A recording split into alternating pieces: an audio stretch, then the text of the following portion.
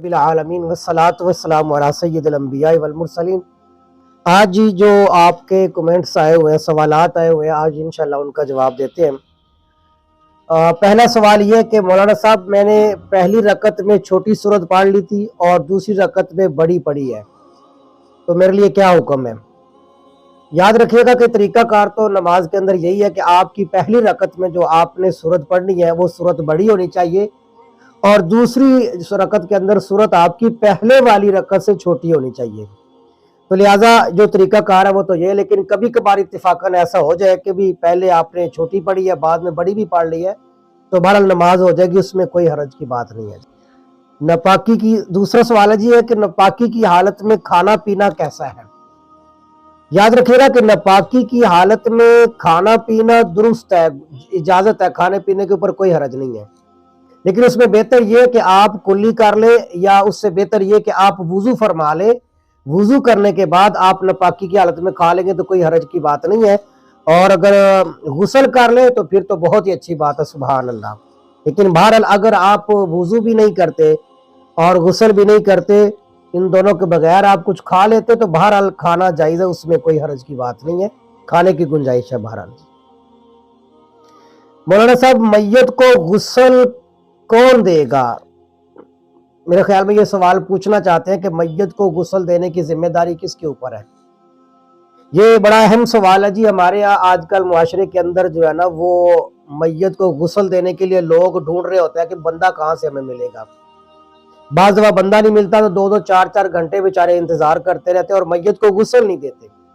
یاد رکھیے گا کہ میت کو غسل دینا سب سے ضروری ان کے گھر والوں کے اوپر ہوتا ہے، یعنی اگر باپ کی میت ہے تو بیٹے کا حق ہے کہ وہ اپنے باپ کو غسل دے، بیٹا ہے تو بھائی باپ دے سکتا ہے، بھائی دے سکتا ہے، اور کوئی قریبی رشتہ دار جو ہوگا، اگر بیٹا اور باپ نہیں ہے تو پھر ان کا جو قریبی رشتہ دار ہے وہ میت کو غسل دے گا۔ عام طور پہ لوگ پوچھتے ہیں بھی میت کو غسل دینے کا طریقہ نہیں آتا، تو وہی بہت آسان ہے، وہ آپ کسی بھی عالم دین سے سیکھ لیں، لیکن میت کو غسل دینا وہ گھر والوں کی ذمہ داری ہوتی ہے، نہ کہ دوسروں کی۔ ہمارے ہاں لوگ ڈھونڈ رہے ہوتے ہیں کہ بھی ہماری میت کو غسل کون دے گا، اور ویسے بھی اگر باپ کی میت ہے تو بیٹے کی ذمہ داری بنتی ہے کہ وہ باپ کو غسل دے، اور اگر بیٹا ہے تو باپ کی ذمہ داری ہے یا بھائی کی ذمہ داری ہے وہ غسل دے، باہر والے بندوں کی ذمہ داری نہیں ہے، الا یہ کہ کوئی نیکی سمجھ کر دیتا ہے تو بہرحال وہ ٹھیک ہے۔ اگلا سوال، مولانا صاحب کام کے دوران ذکر کرنا کیسا ہے؟ جی کام کے دوران بالکل ذکر کر سکتے ہیں، بہت اچھی بات ہے، کام بھی آپ کا ہو رہا ہو اور ذکر بھی ہو رہا ہو، بالکل ٹھیک ہے۔ اسی طرح آپ درود پاک بھی پڑھ سکتے ہیں، آپ بیٹھ کر ذکر کرنا چاہتے ہیں، لیٹ کر ذکر کرنا چاہتے ہیں، آپ کام کرتے ہوئے ذکر کرنا چاہتے ہیں، آپ آتے جاتے ذکر کرنا چاہتے ہیں، آپ سفر کی حالت میں ذکر کرنا چاہتے ہیں، بہت اچھی بات ہے، کرنا چاہیے۔ مولانا صاحب اگر ناپاکی کی حالت میں کوئی نمازیں پڑھی ہوں تو اس کا کیا حکم ہے جی؟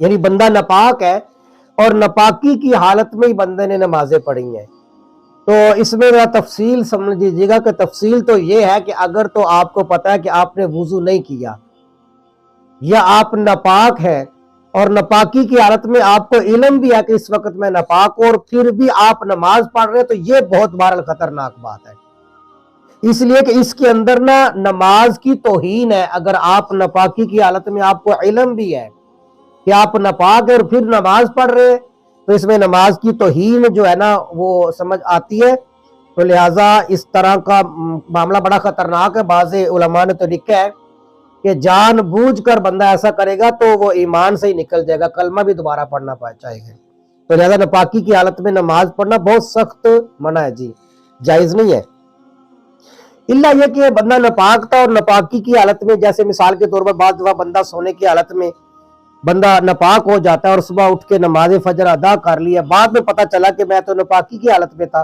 اس میں پھر یہ ہے کہ اس میں گناہ معاف ہو جائے گا، کیونکہ اس وقت آپ کو پتہ نہیں ہے، نماز تو دوبارہ دہرائیں گے، پاک ہو کر غسل کر کے نماز دوبارہ دہرائیں گے، لیکن گناہ سے بچ جائیں گے چونکہ آپ کے علم میں نہیں تھا۔ مولانا صاحب نماز کے فوراً بعد کچھ لوگ سجدہ کرتے ہیں، یہ سنت ہے یا کیا عمل ہے؟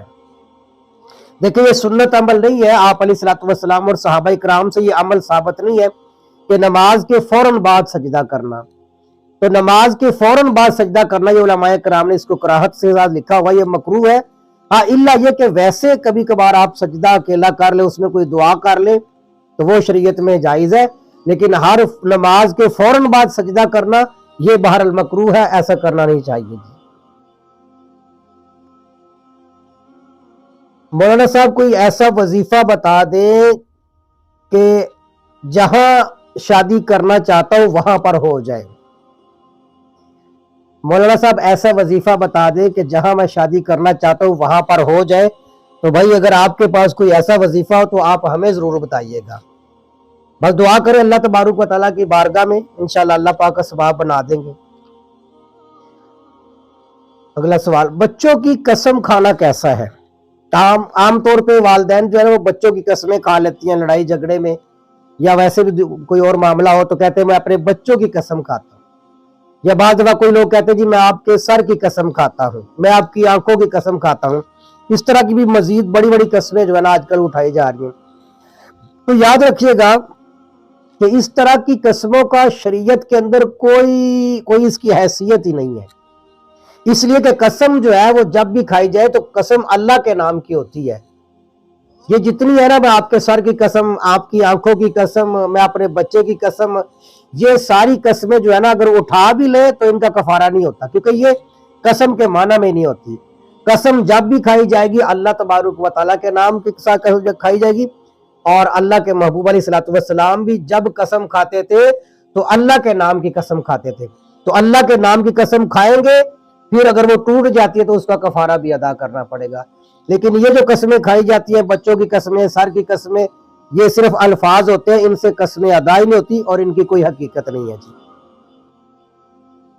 مسجد میں نکاح کرنا سنت ہے؟ جی بالکل، مسجد میں نکاح کرنا سنت ہے، اور مسجد ہی کے اندر نکاح کرنا چاہیے جی، اس لیے کہ مسجد میں اگر آپ نکاح کریں گے نا تو بہت ساری خرافات سے بھی بندہ بچ جاتا ہے۔ ہمارے معاشرے میں جو شادی بیاہ کے اوپر معاملات ہوتے ہیں، اگر ہمارا نکاح کا معاملہ مسجد کے اندر ہو جائے تو یہ بہت بہتر اور سنت عمل بھی ہے۔ بلکہ حدیث مبارکہ میں آتا ہے کہ آپ علیہ السلام نے فرمایا اعلنوا النکاح وجعلوہ فی المساجد۔ آپ علیہ السلام نے فرمایا کہ نکاح کا اعلان کیا کرو اور اس نکاح کو مساجد میں مقرر کیا کرو، مساجد میں طے کیا کرو۔ تو ظاہری بات ہے حدیث پاک بھی آ گئی، اور مزید یہ کہ ایک حدیث پاک میں آتا ہے کہ آپ علیہ السلام مسجد میں تھے، ایک عورت آتی ہے، وہ عرض کرتے کہ حضور میں آپ کے ساتھ نکاح کرنا چاہتی ہوں۔ تو آپ علیہ السلام نے فرمایا بھی میں فی الحال نکاح کا میرا ارادہ نہیں ہے۔ اتنی دیر میں ایک اور صحابی آ جاتے ہیں مسجد میں، تو حضور اس عورت سے فرماتے ہیں کہ اگر آپ کہتی ہو تو میں آپ کا نکاح اس صحابی کے ساتھ کر دوں۔ وہ مان جاتی ہیں، تو اللہ کے محبوب علیہ السلام اسی جگہ پر مسجد میں ان دونوں کا آپس میں نکاح فرما دیتے ہیں۔ تو یہ مسجد میں نکاح کرنا بھی سنت ہو گیا جی۔ مولانا صاحب ایک عورت کچرا پھینکتی تھی آپ علیہ السلام کے اوپر، یہ روایت صحیح ہے جو عام طور پہ سننے میں آتی ہے؟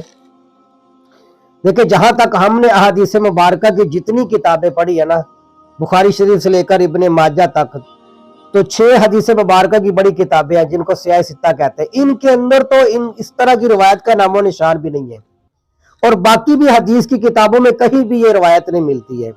تو بس یہ کوئی سنے سنائی باتیں آگے چلتی رہتی ہے، ایسا کوئی بھی قطعاً معاملہ نہیں ہے۔ اور پھر ویسے بھی یہ روایت لگتی بھی موضوع اور جھوٹ ہے۔ اس کی وجہ یہ ہے کہ دیکھیں کہ حضور اللہ کے نبی ہیں، اللہ کے نبی کے اوپر کوئی کوڑا پھینکے تو اس سے بڑی کیا ہوگی گستاخی حضور کی۔